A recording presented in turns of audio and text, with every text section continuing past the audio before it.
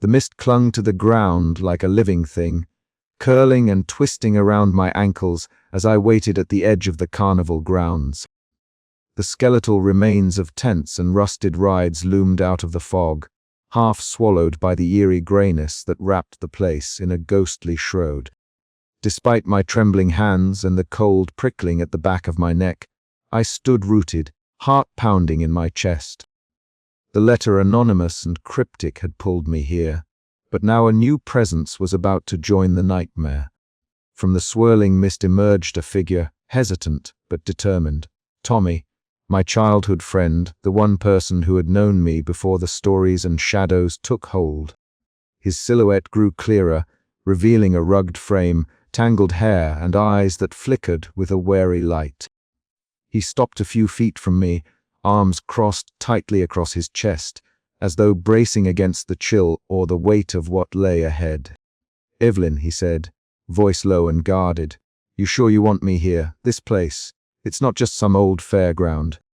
I swallowed hard, the words from my grandmother echoing in my mind, warnings steeped in fear and urgency. Yet seeing Tommy, so solid and real, gave me a flicker of courage. "I don't want to do this alone," I admitted. "You don't have to believe all of it. Just stay with me." A tense silence settled between us, broken only by the distant creaks and groans of the carnival's decaying bones. Together we stepped forward, the ground beneath us crunching with debris and dead leaves. The midway stretched out before us, a twisted tableau of faded colors and broken dreams. Tattered banners fluttered in a wind that carried faint traces of laughter mocking, hollow. As we moved deeper, the air thickened with unease. The melancholic Kolyop music I thought I heard at first turned into distorted echoes, warping into sinister whispers. Shadows flickered at the edges of my vision, and I felt eyes, countless unseen eyes watching, waiting. Tommy's presence was a balm, yet he too stiffened, his jaw clenched tight. "You really think this place is cursed?" he asked, his voice barely masking skepticism. "I don't know," I whispered.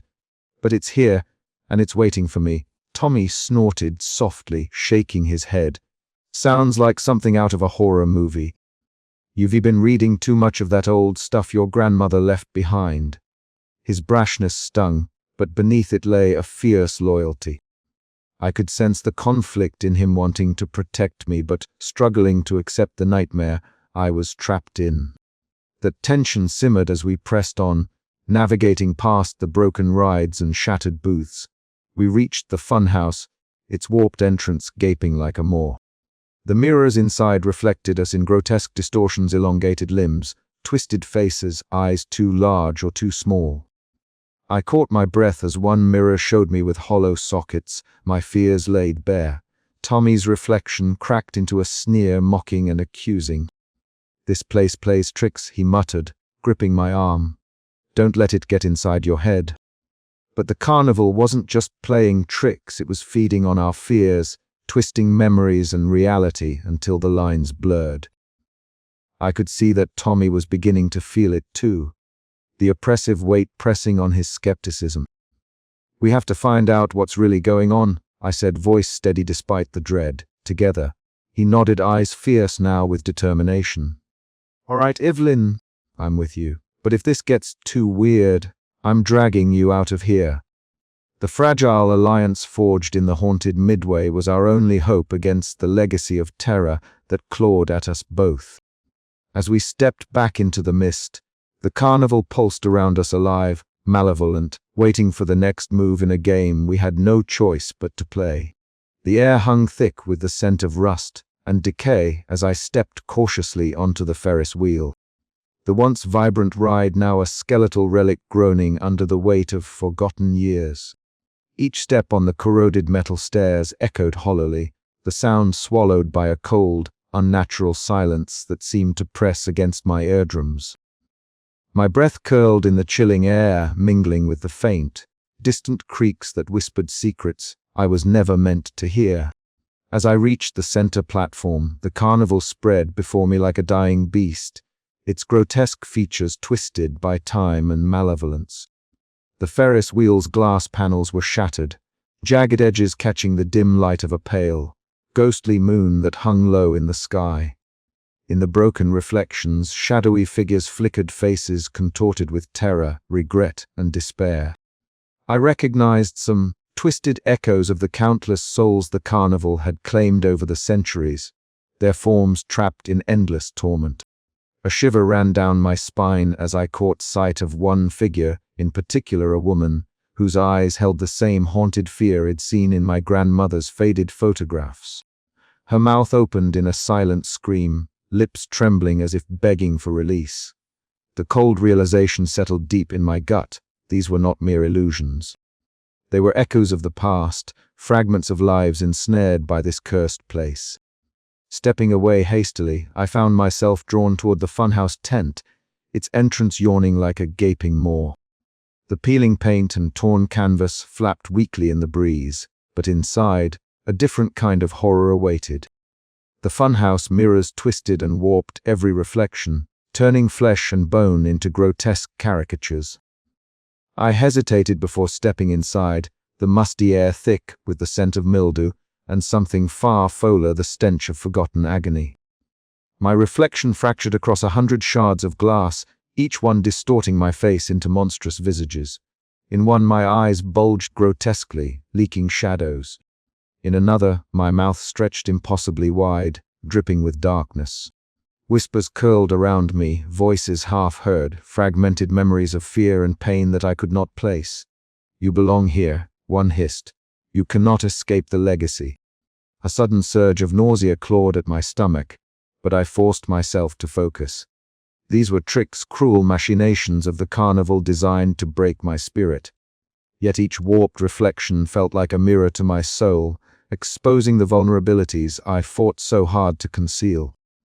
Memories of my grandmother's warnings, the fragmented stories of her escape, and the looming curse all meshed into a suffocating fog. From the shadows, a sudden movement startled me. Tommy's voice cut through the haze. "Evelyn! Get away from that mirror! It's trying to trap you." He stood at the tent's entrance, his posture tense and defensive, eyes scanning the darkness. His face, rugged and worn by disbelief, held a fierce protectiveness that both comforted and unnerved me. Tommy had come to this nightmare not as a believer, but as my loyal friend, skeptical, brash, but unwavering. Before I could respond, figures began to emerge from the gloom, carnival workers, but not as I had ever imagined them. Their faces were blurred, shifting like smoke, features melting and reforming in grotesque patterns. Their movements were jerky, unnatural, as if pulled by invisible strings. They reached out with elongated fingers, their touch cold as death, trying to pull me deeper into the carnival's grasp. Tommy stepped forward, voice raised, trying to keep them at bay. "Stay back! She's not yours!" The carnival workers hissed and recoiled, but their presence was a clear reminder the carnival would not let me go willingly. It was alive, a malevolent force that fed on fear and despair, eager to claim yet another soul. From the darkness, a voice slithered through the air, smooth, velvety, yet dripping with menace. The carnival barker. "Come now, Evelyn," he crooned, his grotesque figure stepping into a shaft of sickly yellow light. His grin was impossibly wide, teeth jagged and glinting like broken glass. "There's joy to be found here, if you only dare to take it. Escape is an illusion, but happiness, that's real. If you were willing to pay the price." Every instinct screamed at me to run, but I stood my ground. His voice promised so much release, delight, freedom from fear, and yet I knew it was a poison wrapped in velvet. The carnival's joy was a mask, a lure to keep victims chained in its endless nightmare. "I'm not yours," I said, voice trembling but firm. "I won't be your next victim." The barker's grin faltered just for a moment, before his twisted laughter echoed around the funhouse. "We shall see, dear Evelyn. We shall see." As the laughter faded into the night, I felt the carnival pulse beneath my feet, a living entity that breathed in shadows and exhaled despair. The illusions, the visions, the twisted memories, all were weapons in its arsenal. But so too was my resolve. The legacy of fear was mine, yes, but so was the stubborn spark of hope. Tommy reached out, gripping my arm. "We have to keep moving, this place." It's trying to break us. I nodded, swallowing the lump in my throat. The battle was just beginning, and the attractions of decay were only the first trial. But I would face them, for my grandmother, for myself, for the chance to end the curse that had haunted my bloodline for generations. Together, we stepped away from the funhouse, the carnival's shadows stretching long behind us. Somewhere deep within the broken mirrors and rusted rides, the ringmaster watched, waiting for me to falter. But I wouldn't give him that satisfaction. Not yet. The night was far from over, and the carnival's grip was tightening. But so was my resolve. This was my inheritance, a legacy of terror and cursed joy, and I was ready to fight for my freedom, no matter the cost. And with that thought, I plunged deeper into the heart of the nightmare. The tent creaked under the weight of silence, shadows pooling in the corners like spilled ink as I stared at the flickering figure before me. Mara's pale form wavered, her eyes dancing like candlelight caught in a draught, casting unsteady glints that seemed to pierce through the gloom. I swallowed hard, my breath hitching as the cold air seeped into my bones, but I forced myself to meet her gaze. "You said you escaped," I whispered, voice trembling, "but you're still here. What does that mean?" Her lips curved faintly, a sorrowful smile that barely lifted the corners of her mouth. "Partial," she said softly, the word barely more than a breath. I slipped through the cracks, but the carnival's hold is not so easily broken. I exist between worlds, neither fully free, nor wholly trapped. I wanted to ask more, but the weight of her presence pressed down like a shroud. The carnival's pulse thrummed faintly beneath the ground, a sinister heartbeat that connected us all. "How?" I pressed. "How do I break free?" Mara's flickering form moved closer, hands trembling as she reached into the shadows and produced a bundle of brittle papers. Faded maps, torn journals, and scrawled notes, all relics from victims long lost to the carnival's maw. I took them carefully, the fragile papers crackling beneath my fingers, and spread them out on the cracked wooden floor.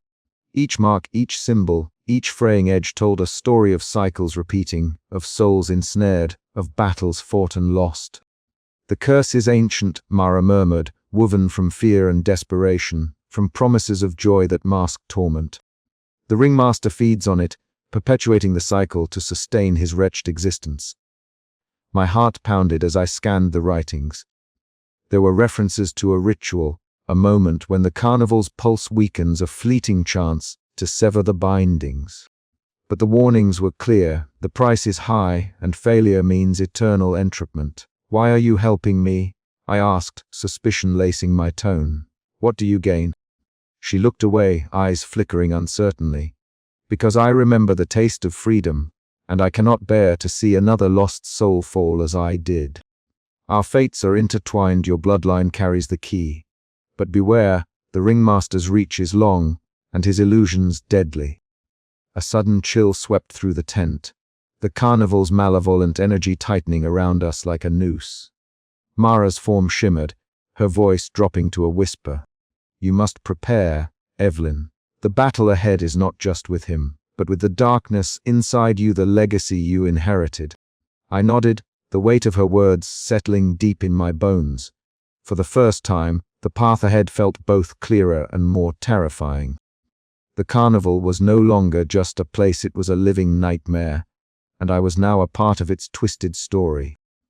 But with Mara's fragile hope guiding me, I resolved to fight back, to confront the ringmaster and the curse that had haunted my family for generations. Outside, the carnival lights flickered under a sickly moon, their glow casting long, distorted shadows that seemed to leer and reach. The pulse quickened, and I could feel the eyes of the ringmaster watching, waiting. The game was far from over. As Mara's flickering form faded into the mist, I was left alone with the brittle papers and a heart pounding with dread and determination. The secrets she had shared were my only weapon, but also a reminder of the darkness I had yet to face. The carnival's grip was tightening, and every step forward meant risking everything. I gathered the papers, clutching them to my chest as the cold night air bit into my skin. Somewhere beyond the shadows, the carnival's twisted melody played on, a siren song of cursed joy and inevitable terror. But this time, I would fight back. This time, I would not run. The air inside the tent was thick with a stale, sickly sweetness that clung to Evelyn's skin as she stepped cautiously forward. Around her, the faded remnants of the carnival's glory whispered secrets in a language only the cursed could understand. Torn photographs fluttered in a sudden, unnatural breeze, and scattered letters with fading ink danced like desperate ghosts. Each fragment seemed to pulse with the heartbeat of a past long buried but never truly gone. Evelyn's breath hitched as a memory surged unbidden, vivid and intrusive. She was no longer standing amid the ruins, but in a shadowed room suffused with the glow of flickering lanterns. There, a younger woman, her grandmother Edith, moved with frantic urgency, gathering a handful of worn belongings into a battered suitcase. The tension in Edith's eyes was palpable, a mixture of dread and fierce determination. Her hands trembled, but she didn't falter, stuffing a bundle of letters and a small, blood-stained locket into the depths of the suitcase. The scene shifted abruptly. Evelyn saw the carnival outside through a grimy window, tents billowing in the night breeze like dark specters. The familiar sound of distant laughter twisted into a cruel mockery, echoing off the canvas walls. Edith's gaze darted anxiously. She was running out of time. Evelyn blinked, the vision dissolving as the tense, musty darkness settled back around her. She knelt to retrieve something from the dusty floor, a cracked porcelain mask, its sinister smile frozen in a grotesque grin. The moment her fingers brushed its cold surface, the carnival's ambient noises warped strangely. Whispers slithered through the air, voices overlapping in a cacophony that blurred the edges of time. Laughter, screams, and the faint strains of a melancholy carnival tune intertwined, collapsing the boundary between past and present. Suddenly, Evelyn was drawn into another vision. She stood at the edge of a dimly lit stage where Edith faced a towering figure cloaked in shadows. The ringmaster. His cracked porcelain mask gleamed under the pale light, his smile both inviting and cruel. Edith's voice trembled but carried defiance as she spoke, her words lost to the swirling mist, but heavy with meaning. The ringmaster's presence was suffocating, a palpable force pressing down on her very soul. Evelyn felt a pang of sorrow as she watched the spectral replay the last stand of a woman trapped within a nightmare centuries too long. Edith's eyes, so much like her own, glistened with tears born of fear and unyielding hope. The carnival's dark magic writhed around them like living shadows, hungry and relentless. The vision faded, leaving Evelyn alone in the silent tent. Her hands trembled as she clutched the blood-stained locket, its weight a tangible reminder of the legacy she bore. The past was no longer distant. It bled into her present, drawing her deeper into the cursed web her grandmother had tried so desperately to escape. A shiver ran down Evelyn's spine as the carnival's oppressive atmosphere closed in. The line between memory and reality blurred, threatening to swallow her whole. Yet beneath the dread, a fierce resolve kindled. She would not be another lost soul trapped in the carnival's endless cycle. She would face the darkness, confront the ringmaster, and fight for the fragile hope her grandmother had died to protect. But as Evelyn stepped out of the tent, the echo of Edith's final words lingered in her mind, a haunting question without an answer. Could she truly change what was written in the blood of their family? Or was she destined to repeat the nightmare? The carnival's shadows stretched long and cold, and somewhere deep within, the past was waiting to claim its due. The darkness of the carnival night pressed in around me, thick and suffocating, as if the very air had grown heavy with the weight of years of forgotten suffering. I moved cautiously along the cracked boards of the midway, the faint flicker of dying lanterns casting long, jittery shadows that danced like specters among the rusting rides and tattered tents.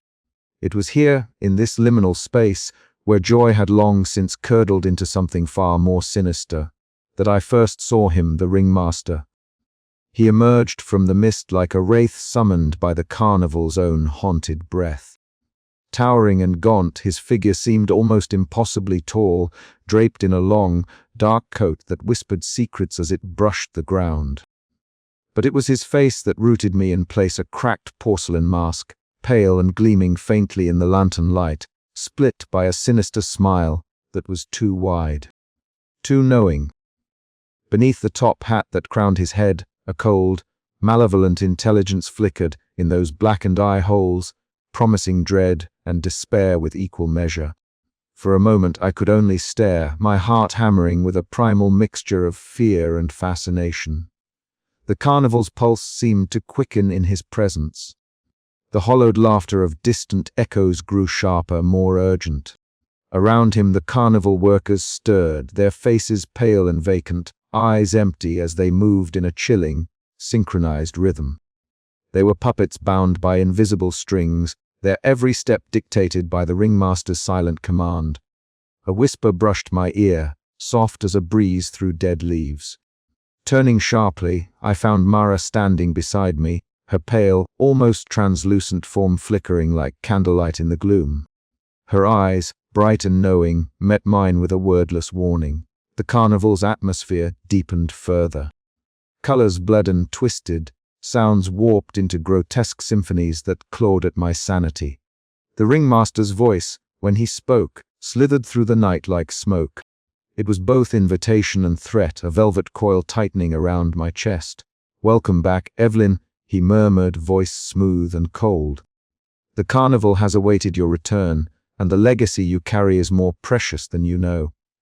My breath caught, memories and fears crashing over me in a relentless tide. The carnivals of my childhood stories, the laughter, the fleeting joy, all lay shattered beneath the weight of his presence. This was no mere man. He was the embodiment of every nightmare my grandmother had warned me about.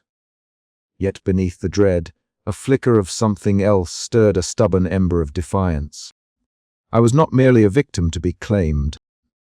I was a woman who had traced the shadows back to their source, who carried the scars and strength of a legacy that demanded confrontation. Summoning the courage that had carried me this far, I fixed my gaze on the ringmaster's cracked mask. "I won't be your prisoner." His smile deepened, eerie and unyielding. "Oh, Evelyn, the carnival never lets go. But perhaps you will play your part yet." The carnival seemed to breathe around us, its grotesque attractions pulsing with dark life, the scent of decay heavy in the air. I felt the curse tighten like a noose, but also the steely resolve that had been forged through fear and loss. This was the moment the nightmare sharpened into clarity. The battle for my soul and the legacy of my bloodline was only just beginning. I glanced at Mara, whose flickering form offered a fragile beacon of hope amid the encroaching shadows. The ringmaster's shadow loomed large, but so did my determination. And as the carnival whispered its dark promises, I knew the fight to break the cycle would demand every ounce of strength I had left. The night deepened, and the carnival watched, waiting for the next move. I was no longer just a guest summoned by a letter. I was a challenger standing at the heart of the storm, where joy had been twisted into terror, and the past refused to stay buried. And the ringmaster smiled beneath his cracked mask, knowing that the game had changed. But so had I.